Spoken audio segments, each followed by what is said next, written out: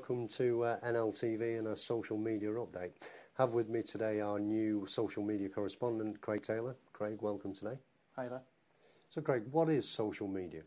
That question is best answered, Neil, if we compare social media with what I would call traditional media. Right. Traditional media might be television programmes, radio programmes, newspapers, books, etc. The content of them is created by somebody, usually somebody with specialist or technical skills. It's then pushed onto the consumers through TV channels, radio waves, through bookshelves, through newspaper articles and so on and so forth. And it pushes news onto people. The ability to interact with that is somewhat limited with traditional media. Yes, you can write a letter to the newspaper or you can phone in the radio programme, but it's quite limited in terms of how you can interact. Social media, in comparison, need not be created by experts. It can be created by anybody with very, very, very basic computing skills. If you can type and move a mouse, you can create social media content. And the real difference is that it's highly interactive. People can immediately respond to it, be it verbally or be it through text. They can interact with the content creator or other people, other consumers. So it's a very, very rich, interactive, multimedia way of pushing a message to somebody rather than the older school traditional methods. Okay.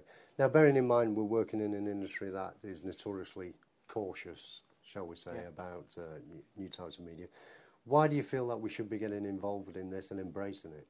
Well, if you take away the fact that we're working within the nuclear sector and just replace that with any sector or any organisation that is cautious over their material and cautious over their commercial material as well, there are lots and lots of examples of really, really world-renowned security-conscious organisations that are using social media.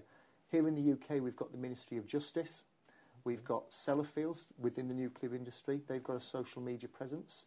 The Downing Street, they have a social media presence as well. Move that across the Atlantic to the States, and we've got the US Department of Defence, the White House. They've both got very strong social media presences. Move it back to the UK, and our own Ministry of Defence has a strong social media presence. And if you look more closely at the nuclear industry, which is what we're talking about today, as already mentioned, Sellafield are using social media to great effect, as are Areva as well. So it can be done. Admittedly, given the nature of the material that we deal with and the commercial sensitivity of what we do, as with any organisation, we need to be careful about what we say and how we say it. But, the world is moving on, and media and social media is really, really taking a hold now, and it's not going to slow down. So I believe that our sector really needs to make best use of this up-and-coming tool. Well, it's encouraging to hear that we've got the likes of Downing Street and the Ministry of Defence and the State Department over in the US who are actually using these social media challenges. And it really is encouraging to see that a couple of people within the nuclear industry, as Areva and Sellafield, are involved with it.